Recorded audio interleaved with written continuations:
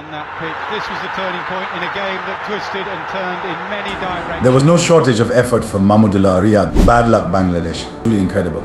But Tanjim Shakib পাকিস্তানের চেয়েও হৃদয় বিদারক ছিল সাউথ আফ্রিকার বিপক্ষে বাংলাদেশের হার। সাউথ আফ্রিকার বিপক্ষে বাংলাদেশের এমন হৃদয় বিদারক হারের পর নাজমুল শান্তদের সান্ত্বনা দিয়ে তানজিম সাকিবের বোলিং এর প্রশংসা করে মাহমুদুল্লাহ রিয়াদ প্রসঙ্গে একই বললেন সোয়েব আক্তার। প্রিয় দর্শক, চলুন একটু বিস্তারিত জেনে নিই। সাউথ আফ্রিকার বিপক্ষে বাংলাদেশের ম্যাচ হারার পিছনে বেশ কয়েকটি কারণ উল্লেখযোগ্য, যেমন আম্পায়ারের কয়েকটি বিতর্কিত সিদ্ধান্ত, তানজিদ তামিম, লিটন, সাকিব ও নাজমুল হাসান শান্তদের ব্যাটিং ব্যর্থতা এবং গুরুত্বপূর্ণ সময়ে তৌহিদ হৃদয়ের আউট হয়ে যাওয়া। সবকিছু মিলিয়ে বাংলাদেশের ব্যাড লাক। তাতে বিশ্বকাপের মতো বড় মঞ্চে হৃদয় বিদারক এক হার দিয়ে তীরে এসে তরি ডুবল বাংলাদেশের, যেমনটা হয়েছিল 2016 বিশ্বকাপে ইন্ডিয়ার বিপক্ষে। 2016 বিশ্বকাপে ভারতের বিপক্ষে বাংলাদেশের যে হৃদয় বিদারক হারের আক্ষেপে পড়েছিলেন মাহমুদুল্লাহ রিয়াদ, 2024 টি-20 বিশ্বকাপে সাউথ আফ্রিকার বিপক্ষে শেষ মুহূর্তে আবারও এক হৃদয় বিদারক হারের মাধ্যমে তীব্র আক্ষেপে পড়লেন মাহমুদুল্লাহ রিয়াদ, যেটা ছিল একেবারে অপ্রত্যাশিত।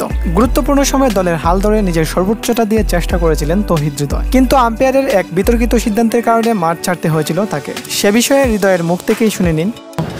এবং আমি মনে করি যে আম্পায়ার কল দিয়েছে, আম্পায়ার কল দিতেই পারে, ওরাও মানুষ ভুল হতেই পারে, কিন্তু আমাদের আরও দুই একটা ওয়াইড ছিল যেগুলো ওয়াইড দেয়নি। তো তাওহিদ হৃদয় থাকলে হয়তো বাংলাদেশের ক্রিকেট প্রেমীদের এত হৃদয় বিদারক হারের সাক্ষী হতে হতো না। এদিকে সাউথ আফ্রিকার বিপক্ষে বাংলাদেশের এমন করুণ হারের পর নাজমুল হোসেন শান্তদের সান্ত্বনা দিয়ে পাকিস্তানের জনপ্রিয় সাবেক ক্রিকেটার সোয়েব আক্তার বলেছিলেন, পাকিস্তান ভারতের বিপক্ষে যে অপ্রত্যাশিতভাবে হেরেছিল তার চেয়ে হৃদয় বিদারক ছিল সাউথ আফ্রিকার বিপক্ষে বাংলাদেশের হার। আম্পায়ারের কিছু বিতর্কিত সিদ্ধান্ত ছিল, তবে চেষ্টা করেছেন তাওহিদ হৃদয়। তবে এই বয়সে এসেও মাহমুদুল্লাহ রিয়াদের চেষ্টার কোনো কমতি ছিল না। কঠিন চাপের মধ্যে যেভাবে 6 মারার চেষ্টা করেছেন তা ছিল সত্যি প্রশংসনীয়। তার পাশাপাশি তানজিম সাকিবের বোলিং এর প্রশংসাও করেছিলেন সোয়েব Akter. of effort from Mahmudullah Riyad.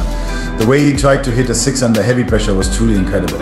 South আফ্রিকার বিপক্ষে ম্যাচটা জিততে পারলে এবারের বিশ্বকাপের সুপার 8-এ ওঠার জন্য কোনো চাপে পড়তে হতো না বাংলাদেশকে, এবং নেট রান রেটও থাকতো হাই। এখন নেদারল্যান্ডসের বিপক্ষে বাংলাদেশকে করতে হবে বাঁচা মরার লড়াই। নেদারল্যান্ডস ও নেপালের বিপক্ষে নাজমুল হাসান শান্তদের কাছ থেকে আপনি কেমন পারফরমেন্স আশা করছেন? আপনার মূল্যবান মতামত কমেন্টে জানিয়ে দিন। ধন্যবাদ।